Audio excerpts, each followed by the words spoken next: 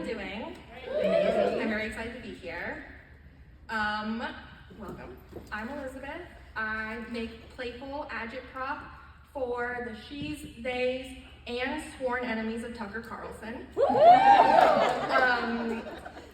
And before I close out this incredible weekend of community building and creativity, I need to talk about Chapel Roan. Yes. No, not what it's supposed to look like. Here's my little clicker. Okay, well, I was going to say that if you made a Venn diagram of my target audience and Chapel's, it would just be a circle. If you can't tell from the everything about me, I am exactly the kind of queer, unapologetic, sparkly, glittery pink girly pop that Chapel speaks to. So, when it was announced that she would be performing at the music festival I vend at every year in San Francisco, it was very exciting. This festival sees anywhere from like 50 to 60,000 people per day, and all of my target audience, this was gonna be my Super Bowl. Like my time to shine. I even designed this bolo tie with a friend inspired by Chapel Roan to sell to all the girly pops. The night before the 3-day marathon of vending a music festival, I was laying in bed watching videos of Chapel, desperately trying to front load some rest. And I figured I could maybe get my excitement to overshadow my nerves and the frantic last minute panic of feeling like there's always more you could be doing to prepare. I'm sure many of you know that feeling. In one interview, Chapel's asked if she was surprised by the critical acclaim of her latest album. And she said, yeah, you know, you never really know if your art is good until you put it out. But then she quickly corrected herself and said, actually, that's such a lie. I knew it was good and I knew the girlies would get it. And at risk of sounding extremely parasocial, I saw myself in her in that moment. I am certainly not immune to self-doubt, but my doubt was never really about my art. I knew that what I had was good. It's unique, it's funny, has a great color palette, and is about a subject matter that's like really important. It was always more about getting it in front of the right eyeballs than anything else, which is exactly why I was so pumped to be vending at what was, in my eyes, a giant Chapel Roan concert. Sunday came and the Pink Pony Club absolutely took over the festival grounds. I spent the day just absolutely delighted hearing gasps from customers who looked and felt like they belonged at my booth. At this colorful world I had created to celebrate femininity, queer joy, and the idea that harm reduction and community care isn't radical at all, it's basic human decency. I could tell that they felt so seen by my work and at the same time really saw what I was trying to do and absolutely got it. I snuck away to see, oh, you're supposed to see it. I snuck away to see Chapel's set and literally had to hold back tears watching the biggest crowd the festival had ever seen for a girl who decided to do things her own way, knowing that back at our booth, I was having the single largest sales day in our history for the exact same reason.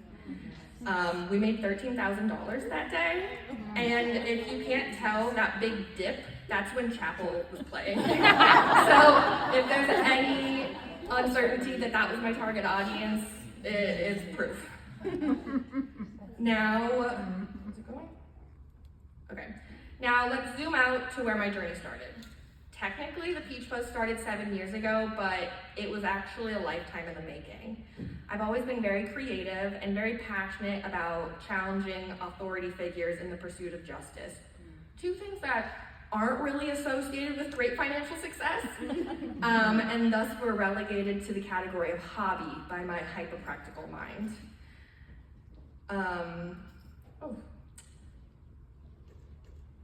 I wanted to pursue a degree that would make my straight A's and student loans worth it, and somehow I landed at accounting.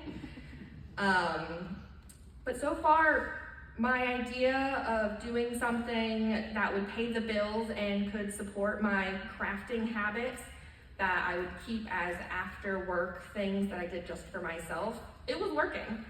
Busting my tail through high school and college resulted in me graduating with a job offer already in hand from my top pick accounting firm in the Bay.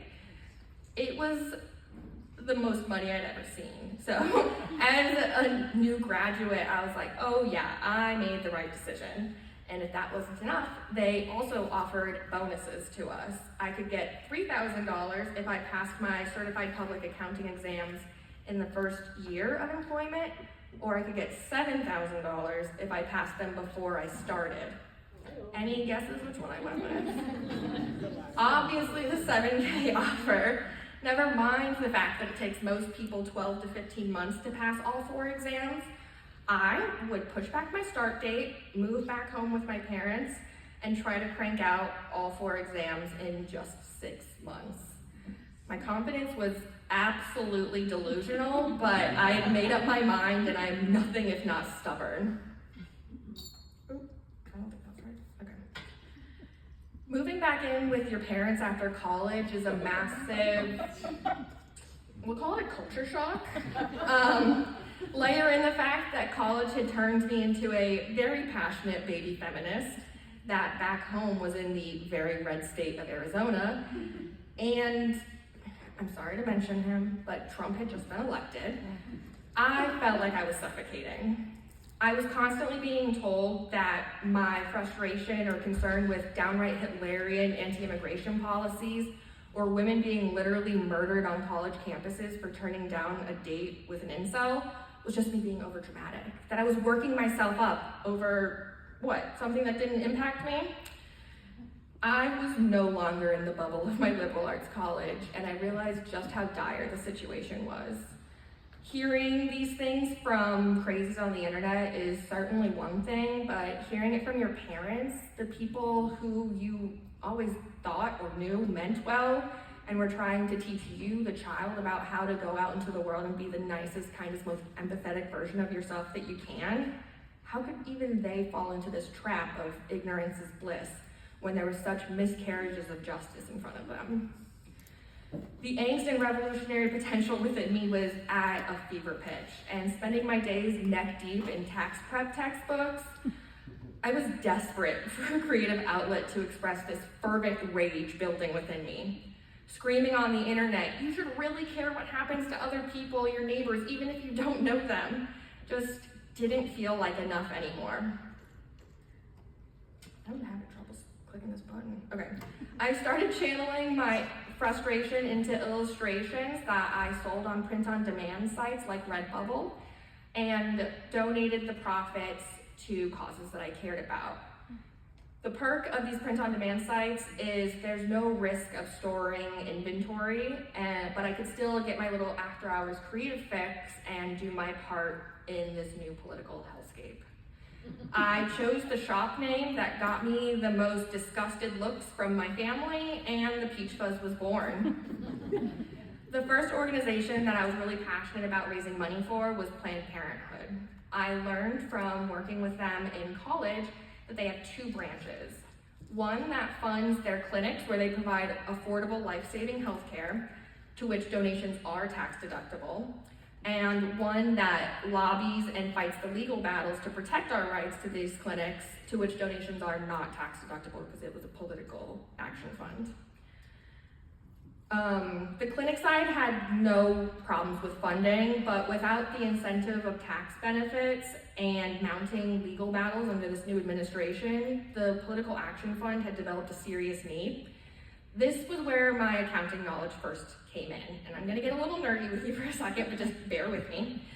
On your tax returns, you can either take the standard deduction of what at the time was $10,000, or if you have qualified expenses, like charitable donations, that equal more than that $10,000, you can itemize them. I remember thinking, that's a huge number, there's no way I'm gonna even approach $10,000 in donations, so I might as well donate to the political action fund that needed it more. This understanding of the system and how to really stretch my impact provided the foundation for my brand and its ethos. I quickly realized that art was actually the perfect medium for my frustration, that it could outfit your whole crew for the Women's March, but just as easily be used to lure apolitical folks out of their apathy under the facade of a sparkly pink sticker. A quote by Tony K. Bambara put my mission in clear view. The role of the artist is to make the revolution irresistible. If you were wondering, I did in fact pass my CPA exams. I'll hold for applause. Still my biggest flex ever. I'm so proud of that. I secured that $7,000 bonus and used a tiny sliver of it to invest in inventory like stickers. The low risk associated with print-on-demand sites was great at the time, but it also meant a much lower reward as these sites take up to 80% of your profits. Now that I was settled into my new apartment in San Francisco, I figured I could at least try to sell the things on my own. I already knew what my best sellers were from the data I collected on my Redbubble shop, so I knew what I should invest in. It just seemed like good business sense. I know it's all about margins, and so I wanted to get those margins up.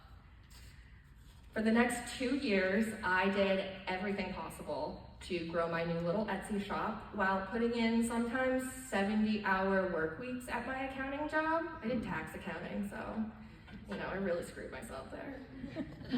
I would come in early to make prints on the fancy office copier or ship out an order or two before anybody was there to see me. I figured a few full-color prints and a box or 3 of envelopes was totally a fair trade-off. I mean, it's not like they were paying me overtime to work 10-hour days for 14 days straight during busy season. And I knew what they were charging those clients for my billable hours. They could definitely afford this investment in a small new startup business. If that didn't radicalize me, there was filing taxes for people so insanely rich that they made more in one pay stub than I made in the entire year. And for what? So they could save enough money to buy a 3rd vacation home? I will never forget doing the returns for a guy that had just sold his company to Microsoft and was now a mega millionaire, and I was filling in his donations, and the only thing he had ever donated to was $50 to the Pigeon Society, which I didn't even know was a thing, but yeah, the revolution was not going to be spent in charitable donations there from them.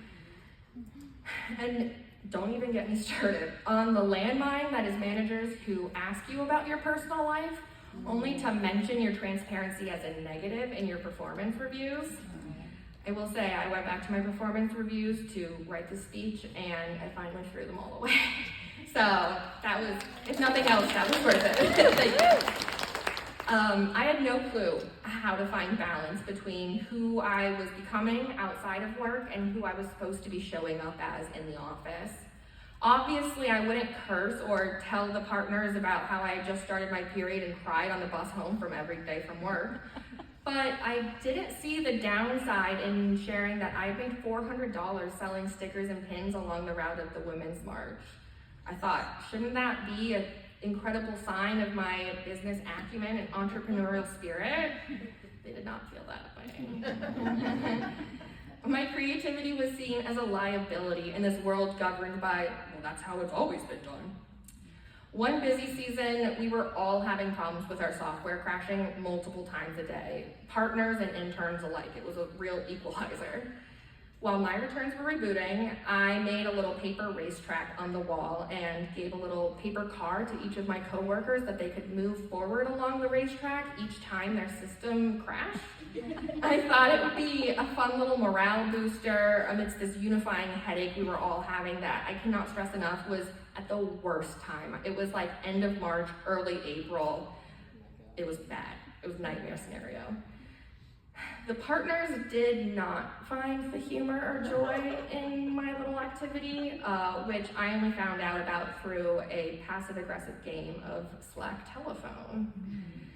I had to change my Slack sound recently because I had too much PTSD from the It absolutely shattered my identity to no longer be this high-performing teacher's pet that had provided the foundation for my entire life. I ironically, the more I was called careless or having a poor attention to detail at my 9 to 5, the more reviews I got from customers of the Peach Fuzz saying the exact opposite. I felt like I was taking crazy pills. I spent my days in a role that literally only highlighted my weaknesses and told me that I should hide my strengths so that I was to appear certainly very serious about my career progression. I once again felt like I was suffocating. But in March 2020, I was fired. Yay! And I was wearing a sequin crown on my head in another attempt to boost morale in the new normal of Zoom meetings. And it was, not well received. And in lockstep with the casual cruelty that had typified my time in the corporate world, they made sure that I was well aware that I would be getting fired with or without COVID. Which, I didn't need to say that, but I hung on to the plausible deniability that the timing gave me for the ego buff. There was a lot of factors at play. 2020 was a nutty year, to put it mildly. But once I was able to dedicate 100% of my time to growing the Peach Fuzz, sales grew by 1,065%. Thank you. Being met with this dramatic success upon leaving the corporate world should have been my big sign to never, ever return. But what if it was a fluke? What if the increased interest in shopping small and advocacy for social justice that had made the Peach Fuzz so successful was a bubble, soon to burst? I figured it would take me a while to find a new job as no one was really hiring in the height of the pandemic, and I would ride that for as long as the government let me. But I never even considered not going back to a 9 to 5. I figured reapplying to accounting jobs was the only responsible thing to do, right? I mean, I worked my ass off for that CPA exam.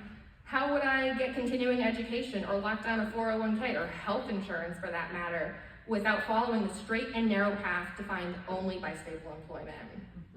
More importantly, how would I maintain my title as the easy and overachieving eldest daughter that my parents never had to worry about? Years of therapy have taught me, among other things, that being the sibling of a special needs brother is a crazy effective motivator in never ever burdening your parents with your own needs, and instead turning to academic or career excellence in your attempt to earn your own extra shares of their attention. Options other than graduate top of my class, get into a prestigious college, and land a sick job just never even registered to me. So, against my own deepest desires, still stuck on what I was supposed to be doing, I got another accounting job. I lasted all of 4 months there before the health implications of working what was now 2 full-time jobs, the business and my 9 to 5, absolutely caught up with me. I had anxiety-induced asthma so bad that I wasn't participating in conversations with coworkers or my friends because I just didn't have the lung capacity. Feeling like I was suffocating was no longer a metaphor, it had become my reality. The path that I'd never before questioned had become unlivable to me, due entirely to the success of that side business that had outgrown its side. For a while, I definitely beat myself up over my inability to balance this life that I had created, that I was once so sure was exactly what I wanted. But, spoiler alert, you can't really bully yourself into kicking anxiety. Like, that's not how panic attacks work, unfortunately. I would have to take the risky, unknown option, betting on myself. Which, did you know you can just do that? You can just decide to believe in yourself and do what you want. You can give a big middle finger to all the voices in your head insisting that you're being impractical or irresponsible. Or, if you want a real kick in the guts, risk losing the love of those around you if you failed spectacularly. But my body had given me no choice, and I was not going to give up the Peach Fuzz. The magic permission that I had been waiting to float down from the sky to say, "It's time, Elizabeth, you can trust in your abilities," was not coming. I would have to grant it myself. I'm honestly so grateful to the limitations of my body for forcing me into making this decision, but I do wish I had somebody come in sooner to tell me all of these things. We all deserve to feel the euphoria that you experience when you realize that you can unlock unapologetic permission and grant it to yourself freely whenever you want.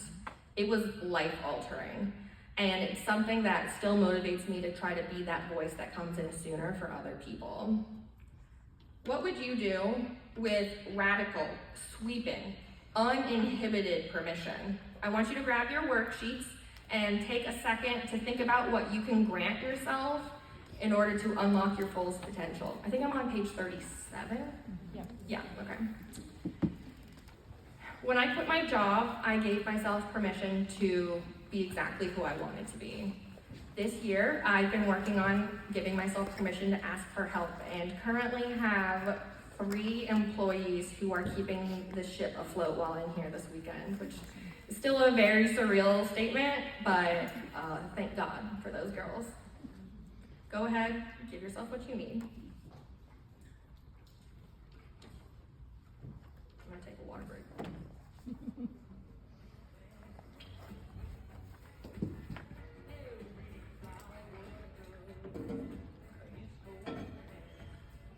When I quit the supposed to, I started running with this philosophy of radical authenticity. I was suddenly enlightened to all the ways that fake rules had held me back, and I excitedly set out to break as many as I came in contact with. Things I was told were inappropriate to talk about, like how much money I made or my struggles with mental health, all were met with such incredible engagement from a community that only grew the more vulnerable I was with them. Turns out, I didn't have to suffer alone on this island I had created for myself. I could share the feelings of fraudulence or lack of belonging I felt being a queer woman married to a man, and be met with people who felt the exact same way that I had, and we could build real bonds and a real community together over this, even though we had wrongly convinced ourselves for years that we were the only ones who felt this way. Where being authentic had been a detriment before, I now needed to be fully myself in order to get my audience to find me. I also saw how euphoric it felt to trust my gut and start kicking this habit of second-guessing myself at every turn. The first launch we had when I was a full-time employee or full-time artist was for these lighters that you see here that say, when they go low, we get high. Thank you for getting the joke. This was my first fully manufactured product, my first higher price point item, and had themes that I was told were a big no-no in my house, even still. Sorry, Mom and Dad. I had ordered a modest 50 units, but when the launch came, they sold out in 7 minutes. Yeah. Thank you. I still am blown away by that. What insane validation to get. It seemed like a perfect metaphor for my life, where my own abilities and my own success was limited by nothing other than my own doubts. I'm not saying to throw caution to the wind, but your own interests and instincts as the artist are way more important than that of the peanut gallery. Did you know Sabrina Carpenter almost didn't put Nonsense on her album because even though it was her favorite song, she played it for her friends and family and they were like, I don't get it, you're saying blah blah blee, are those lyrics, what is happening? But since she trusted her artistic vision and instincts as the artist, she kept it on the album and it went on to be one of her biggest hits. And my personal favorite song for the silly, stupid lyrics that color our understanding of her as a unique individual and an artist. Finding the balance between what you want to make and what people want to buy is a skill you always have to practice, but it does get a little easier. When I shared the changes I made between version 1 and version 2 of my Rainbow Trout hair claw, I was flooded with comments from people enraged that I had chosen to forego biological accuracy in favor of something a little bit more camp and more in line with my own aesthetic. I would never buy version 2. The colors are cheap and tacky. Read a few comments, accumulating hundreds of likes. Was Deborah678 correct?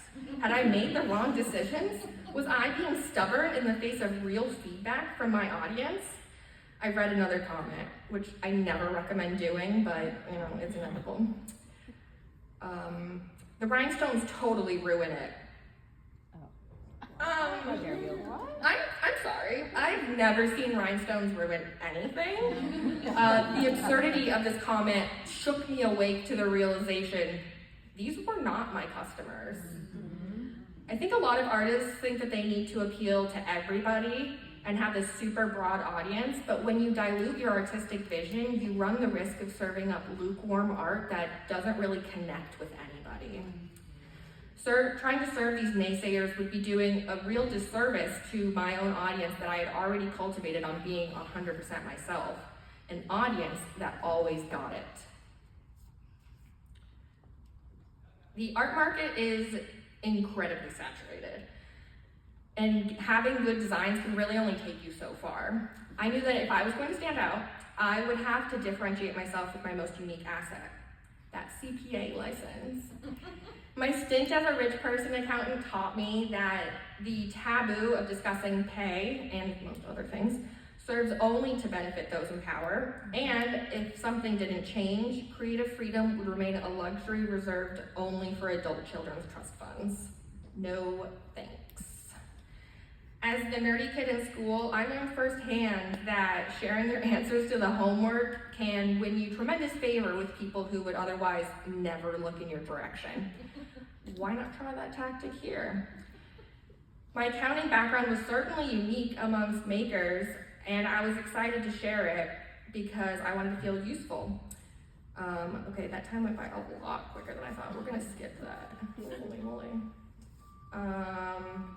I felt like it was my duty to share my success because I hadn't pursued art as a career because I thought I couldn't make money from it. All I had ever heard of was the starving artist trope, and there's not really a Glassdoor page where you can scope out income ranges. But now I have people reaching out to me saying that they show their kids my income breakdown videos every time so that they can see that art is just as viable and lucrative a career as anything else. And I knew that sharing my art wouldn't suddenly, or sharing my resources wouldn't suddenly make my art suck, so why shouldn't I break down the barriers keeping so many other equally creative and talented people from pursuing this life of passion that they deserve just as much as I did. So much of what made those barriers feel more like speed bumps to me was the result of privilege. It was a privilege that there was always money to top off the bead supply in my house growing up, that I could stay with my parents rent-free while I studied for my CPA exams. My brand ethos and the whole reason I even began the Peach Fuzz relied on me sharing my resources to those without the privilege that I had.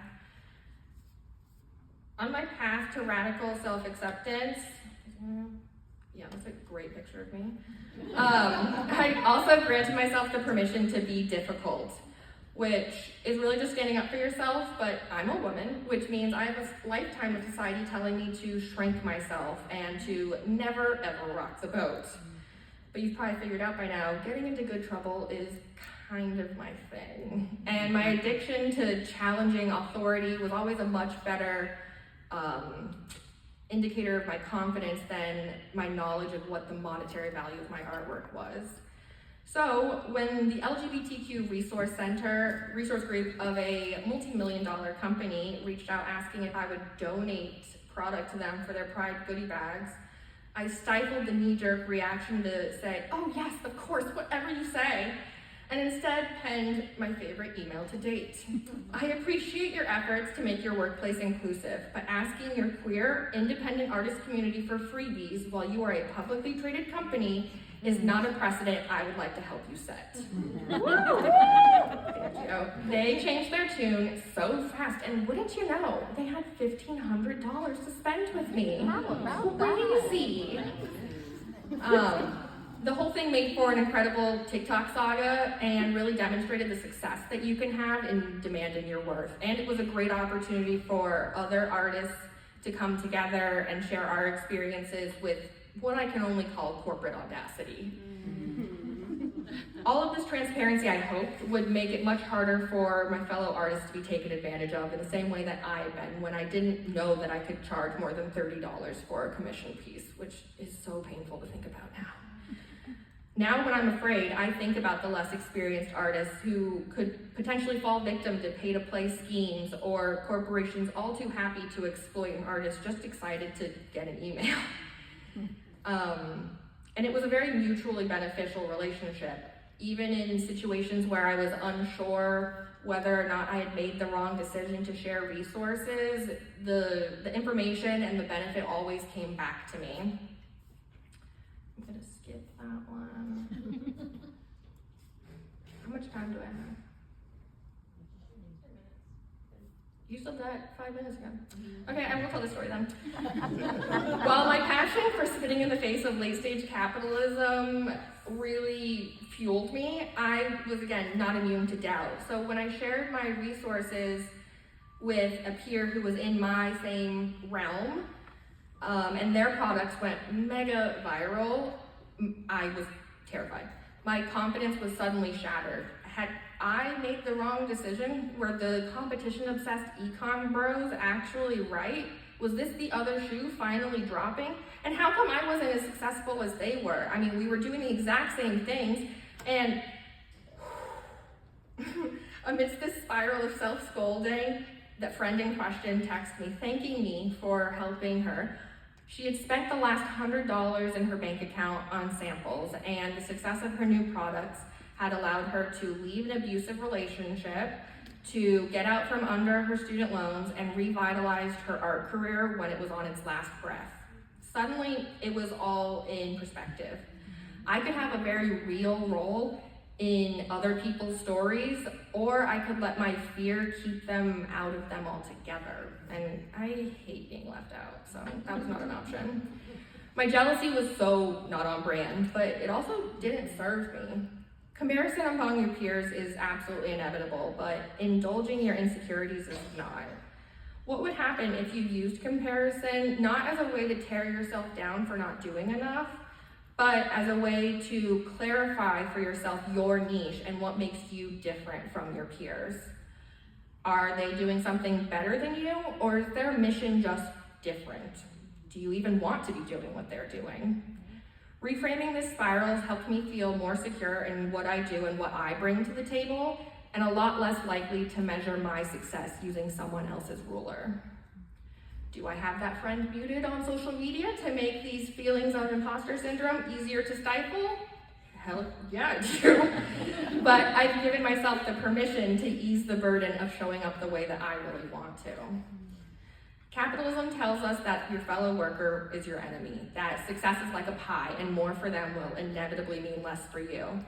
But I'd like to tell you a different story. One where letting your mask slip can be met with such warmth and support that you almost don't remember why you were wearing it in the first place. One where you can create your own belonging and your own community. One where a dedication to resource sharing and politics of radical empathy has generated $1.7 million in sales, $110,000 donated to charity, over 200,000 followers across Instagram and TikTok, and has landed you on the shelves of Target and Urban Outfitters. I remember going to the shelves of Urban Outfitters in high school and thinking, like, if I could just get something, maybe then I'll be one of the cool girls. And now they're cold emailing me to get my stuff sold in their stores. If only I'd known that I was the cool girl all along, and I had everything I needed within me already. That's not unique to me too. Like, everybody in here, you have all the ingredients within you already, you just need to activate them. Getting here is a very long journey, but the only way you fail is if you quit. I invite you to challenge your limitations placed by other people on you that you have adopted wholesale as your own pillars of truth. Are they based in reality, or could it maybe be fear? Question the value you've been told to place on competition rather than nurturing an environment of collaboration and abundance. Your success is not a matter of if, but when. And the sooner you throw out the fake rules holding you back, the sooner you realize that there was never anything wrong with you. You were just meant for much bigger stages than a cubicle would allow. Thank you.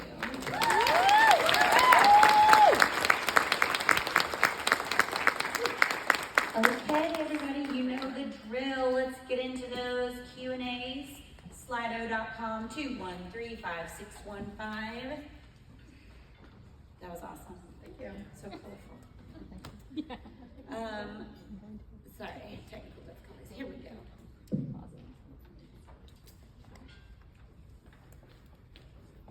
Any questions? Send them now. You've been too engaged right That's good. I have a question in the back. Or do you want to wait till that?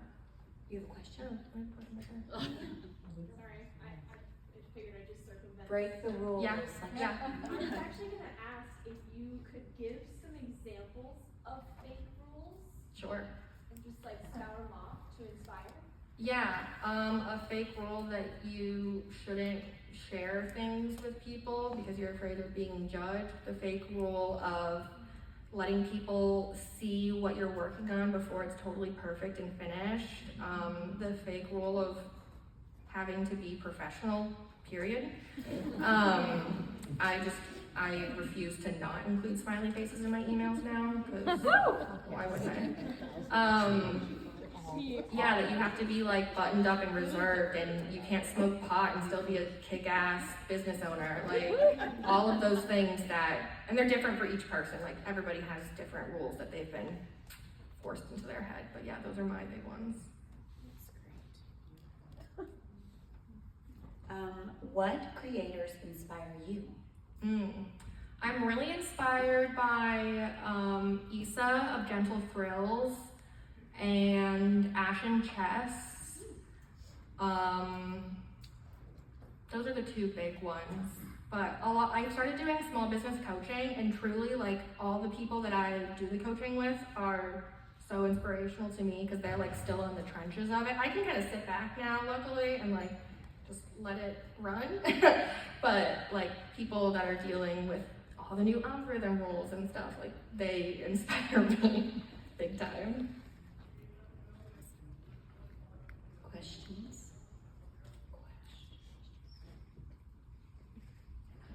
Okay, if there's no, I'm trying to type. So should I just ask? Sure. So do you have any resources for people that are more makers and not into accounting and that are accounting challenged? Yes, that was actually one of the things that I skipped over here. Okay. Was that I have free resources. I have financial statement templates on my website. I have how to get into wholesaling. I have craft show prep checklists, all those things. On your website? Yep. Thank Yep. you. And a whole directory of videos too on like how to figure out SEO and like all that kind of stuff. So definitely check it out. Thank you. love it. Sharing is caring. Mm-hmm. Where do you want your business to go? I think one of the things that I had always, like obviously from the start, wanted to raise a lot of money for nonprofits and mutual aid, and that wasn't growing at the pace that I wanted it to, so I switched this year to making it, instead of be based off of certain designs benefit charity, it's just like all of my sales, 10% of them go to charity now. So I think just like growing that, and we're on track to do $1 million in sales this year. So that is kind of where I want to go, and then take a nice vacation to Turks and Caicos. Yeah. Just like the Real Housewives. That's what I want. What was it like outsourcing certain parts of your workflow? Very scary because I like to be in control of everything. It's my baby. But you can't do everything. So I just had to be a lot more organized and a lot more on top of things. I've recently hired a virtual assistant, and she helps dot all my T's, dot all my I's and cross all my T's and stuff. So yeah, just having people that are like willing to look over your work or brainstorm things with you. Yeah. Did you start selling via Etsy? Do you use it now? Please give advice to those who have never sold a piece. Yes, Etsy, for all its faults and failures is still a tremendous way to get yourself in front of your customers and to really get a sense of what works and what doesn't before you are spending all the money on a Shopify or whatever else. And also, like, it's the only platform that has that built-in search function that's going to bring customers to you. It wasn't until I had ratios on Etsy of like, I was driving 70% plus of my own traffic that I was like, all right, I don't really need Etsy anymore. But yeah, just making sure that you can drive your own traffic and you're doing, look at what other people are doing on Etsy too. Like when you search feminist sticker, which is what I did a lot, and I would look at what the top people that came up, what are they doing? What are their photos like? What is their copy like? What product information are they giving you? And just copy it all, basically. In your own words, obviously. How do you find work-life balance? I mean, obviously your body just stopped that time, but you know, other ways. Yeah, it's actually harder now because like I'll be at a music festival and I'm like, oh, this is my job, but I'm having fun. So I don't really know where to draw that line. Luckily I've had friends that are very like vigilant with me, like, hey, it's past 7, you better not be working. So I'm like, okay, I'll do that, whatever. But I think like making time for the things that are still fun and realizing like your to-do list as a business owner is never going to be done, and you just have to make peace with that. Like, I can't wait until I have this list done to eat dinner because I would be starving.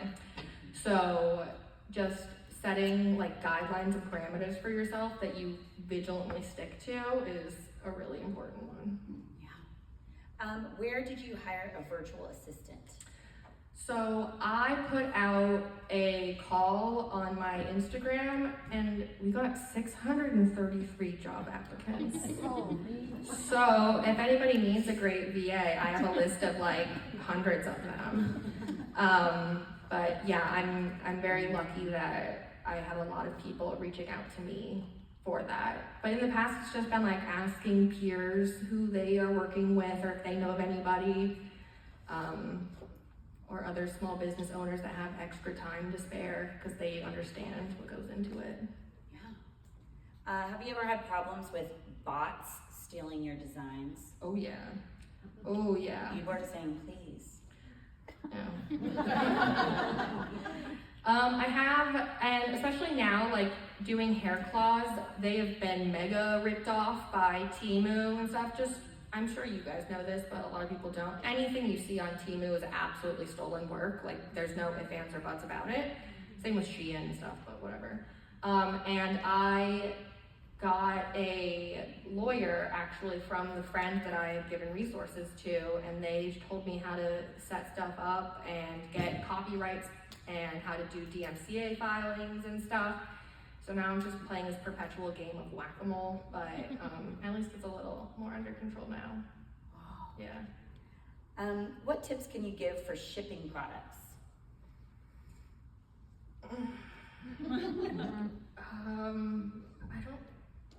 I just used the Shopify shipping stuff. I don't really think about it. I would be hesitant to send stickers using a postage stamp. That is my one fair warning, because people get real pissy if they don't get their $10 sticker order.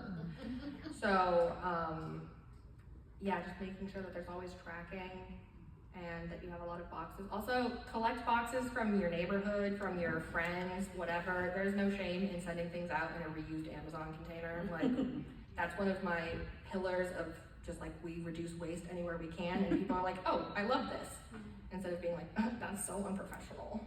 Tell us about Uline. Oh yeah, don't use Uline, please. Instead, use Papermart. Uline loves to take out whole pages in their catalogs to tell you about how bad abortion is and gay people are and the Black Lives Matter are. They are just like full tilt fascist little creeps. And Papermart is just as inexpensive and super duper quick. So yeah, avoid Uline at all costs. That was one of the things that I did manage to do at my last full-time job, was I got them to switch off of using Uline. So I was like, okay, I can leave now, this is good. have time for one more. I'd love to know more about what inspired you to maintain the courage to speak up politically, especially in San Francisco, and how could that same courage to speak truth to power be activated here in the South as well? Yeah, I obviously am not in the same like range of danger, I guess, that like other people who live in the South like y'all would be. But I made a post after the last presidential debate saying immigrants are not criminals, you racist piece of shit. And I lost like 600 followers, which I was like, oh, I didn't know that we were still, like, I didn't know this was still controversial. Like, I thought we were all on the same page here. But honestly, like, if you have troubles with that, like, you are not my target audience, and I don't need to be, like, appeasing you. I think a harder one has been like standing up for Palestinian emancipation, and a lot of people just rag on you for that, but like if you know in your heart of hearts that your cause is just and you are on the moral side, then it doesn't really matter what other people are saying. Like, you can call me whatever names you want, I'm still gonna stand up for people that are oppressed globally. It's not hard. That's awesome. Well, thank you so much, Elizabeth. Thank you so much.